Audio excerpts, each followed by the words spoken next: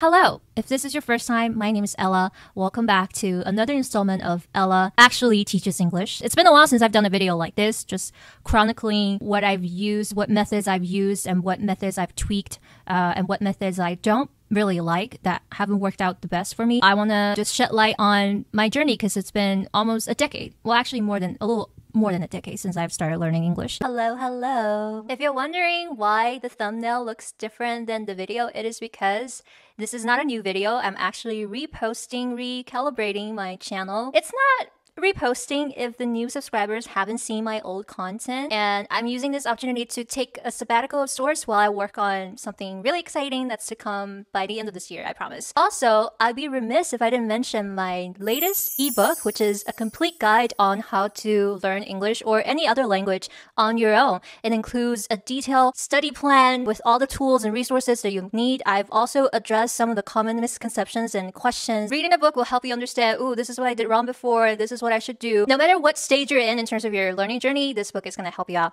so immensely, I promise. Or refund back to you, no questions asked. All right, let's get on with the video.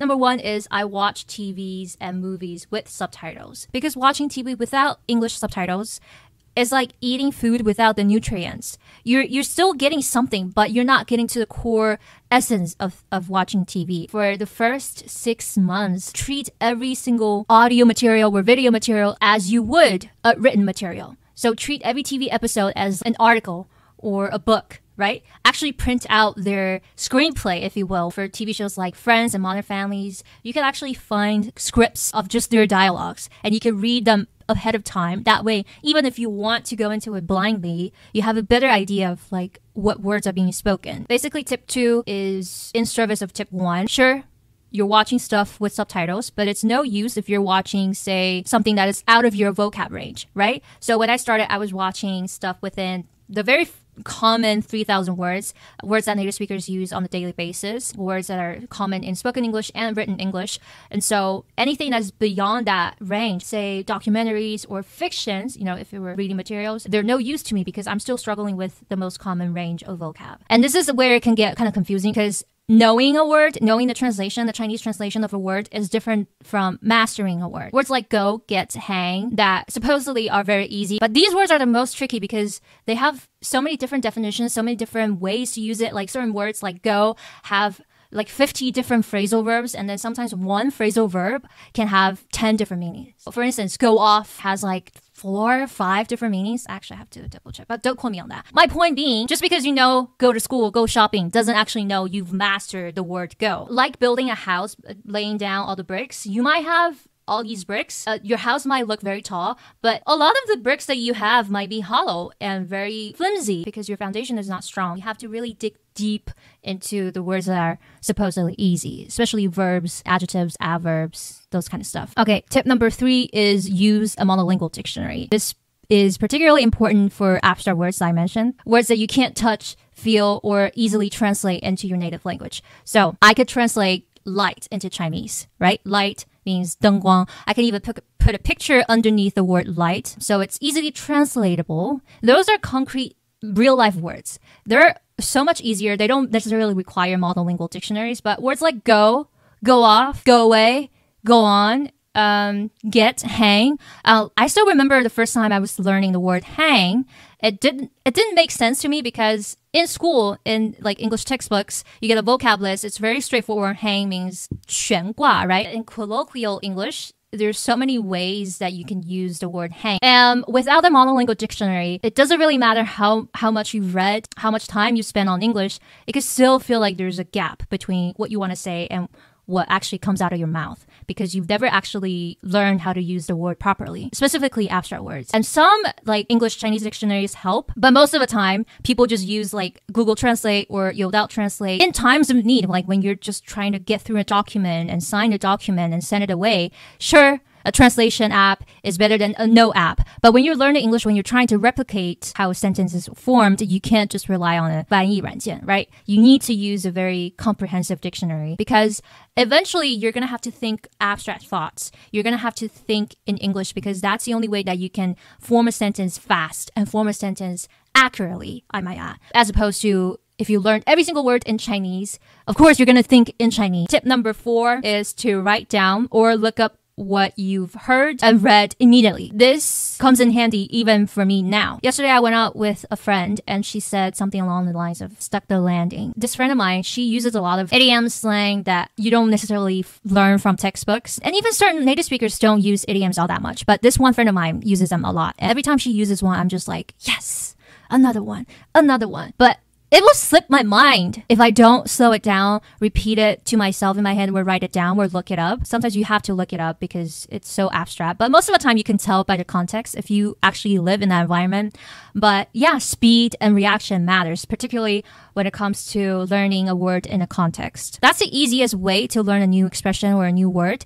But if you don't react right away, if you don't write it down somewhere and look it up, you will miss it. So for instance, the same friend that said stuck the landing to me yesterday was kind of struggling with the expression dress to the nines. Like, neither of us were sure if it was dress to the nines or dress to the tens. And so I actually took that opportunity to look it up on Google. And now I know for sure it's dress to the nines. Let's move on to tip number 5. Keep a vocab journal. Because you have to look up stuff, you need a place where you can keep what words you've looked up. This is kind of my superpower. This is my only superpower when it comes to learning English. Is that I'm very good at taking notes. I'm very fast at taking notes. I can write really fast.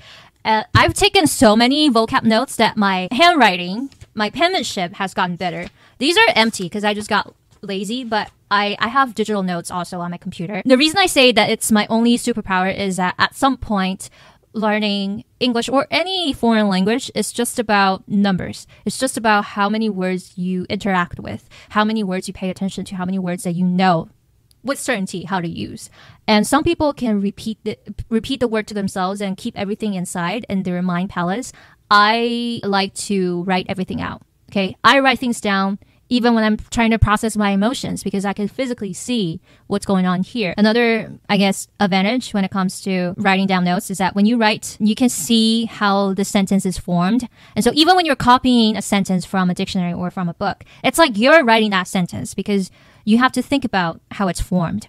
And so in a way, it's helping you with output. It's helping you learn how to speak and write better. If you're just reading without noting anything down, you will understand a lot, but the way you speak, the way you write is going to stay the same. I also have this habit of grouping words into categories or grouping expressions into categories. This is not a daily basis. Like I do this every month. Like I will go over all the words that I found to be kind of new and confusing and kind of try to group them into the same meanings or same scenarios or idioms that have numbers in it. I'll group them. That way I can review what I've learned. I can match what I just learned with what I already knew. I didn't know dress to the nines, but I knew at the 11th hour. And so when I put them two together, I get to refresh my memories on the old expressions, my old knowledge, and also strengthen my new memory, my new knowledge. I don't use rote memory to memorize words. In contrast, I spend a lot of energy studying words. I am very particular. I'm very meticulous with my vocab. And then tip number 6 is record yourself speak. And tip number 7 is go to karaoke. I sort of like these two tips together because they're both focused on pronunciation. Luckily for myself, I didn't really struggle with the pronunciation side of things. And I don't know why. It's just like it came really natural to me, probably because I started really taking pronunciation seriously when I was young. It wasn't really my choice. My dad forced me to. But I did enjoy going to karaoke. Back around 2010, there was so many pop songs, so many catchy songs, so many easy songs for us English beginners to learn. Like Adele, Justin Bieber came out around that time. Like Baby was such a jam for me, okay? I didn't really care for him, even as a 14-year-old. I was like, you're not all that, okay? But I like your songs because it's so easy for me to learn. And the thing with music is that it forces you to practice your linking pattern, right? If you don't link your words together, you might miss that beat. You won't stay on beat. As opposed to if you were just like mimicking someone's speech, you're doing shadow practice. It doesn't really have that pressure. Yeah, either go to a karaoke bar or download one of those karaoke apps on your phone. Actually, when I started, there weren't any apps. Like smartphones were a new thing. So I would physically go to a karaoke and just sing my heart out. And ironically, my voice, like I've also gotten better at singing along with my pronunciation, my English pronunciation. It's like killing two birds in one stone. Yeah, and then record yourself speak. That's also important, particularly for people that are just starting out with pronunciation, or they've been taught bad pronunciation by their teachers or by their surroundings, it's really important to hear yourself speak, because a lot of times people practice by just speaking into the air or speaking with the teacher, but they themselves can't hear their pronunciation. I really had to do this when I was learning French. The vowels in French are very similar to one another. And when I was just practicing into the air, like speaking into the air, I really couldn't hear a difference. But when I record myself, I could hear a difference. That being said, I might not be able to correct my pronunciation right away, but it's still good to hear the difference between your pronunciation and the original version, like the native speaker's version. If you can hear the difference, if you can hear your mistake, you're already one step closer. Okay, tip number 8 and number 9, I also like to group together. Number 8 is focus on quality input and comprehension. And number 9 is practice slow and controlled output. So let me just put input and output into simple man's term. Input is basically listening and reading. You're not really composing your own thoughts. You're not speaking. You're not coming up with stuff to say. You're just understanding what other people have, okay? Be it a written material or someone's actually speaking to you. So a lot of times when people start learning a language, they're very result-driven. They want to go to a foreign country. They want to go traveling. They want to start particularly speaking right away. It's so counterintuitive. Most people don't want to focus on reading and understanding and listening because they think, oh, that's going to take away my power in speaking. That's going to take away my time that I could have spent on practicing speaking with a native speaker. But actually, if you spend all of your time just doing like dialogues with a native speaker or learning phrases from a conversational textbook, all you're doing is becoming a trained actor. All you're doing is practicing monologues even. You're not really in control of what's going to be said to you. Let's say, for instance, you pick up a book called 旅游英语100句, 美国旅游100句, right? And you actually memorize all of those sentences, all those dialogues. You're going to speak to a native speaker and they're going to leave with the impression that, oh, you actually understand more English than you currently do. And so they're going to speak to you more words. They're going to respond with more complex sentences that you haven't, to be honest, fully nailed down. That has happened to me before. When I was probably like 10 or 11 years old, I would run into foreigners on the street in China.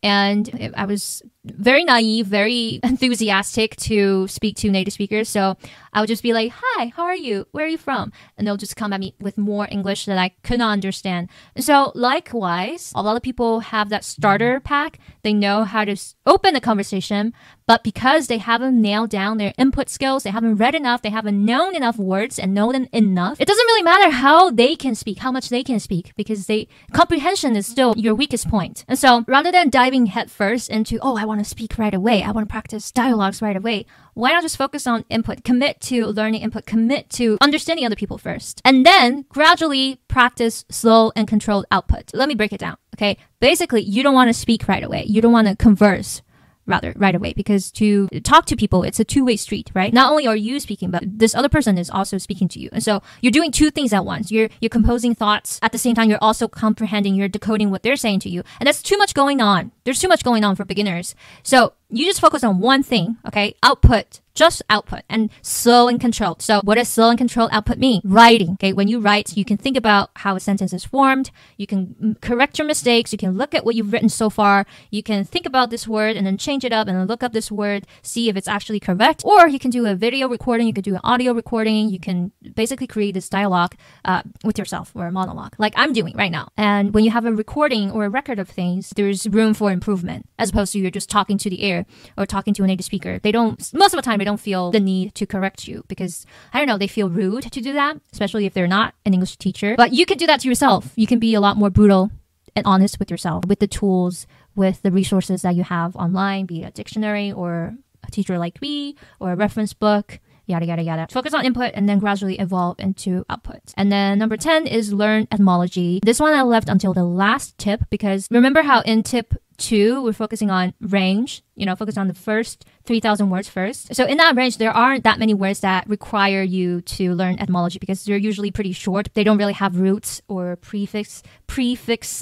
It's not until you learn words that are out of that 3,000 range, when you're learning, say, psychology or mechanical engineering, when you're learning complex words that even native speakers don't know. Like not all of them know. When you want to get to that like GRE vocab level, that's when you learn etymology, 学词根词缀，就有点像是中文的偏旁部首, right? You can find common patterns, common denominators between seemingly unrelated words. That's why I left it to the last. It's not really essential in the beginner stage, but it definitely can come in handy when you're dealing with complex terminologies and jargons and whatnot. So let me know if I missed out on anything. Let me know what tip that I mentioned that really sparked your curiosity, that really changed your mind. Let me know what has been true to you, what hasn't been true to you. I want to know. All right. Thank you for tuning in. I'll see you in the next one.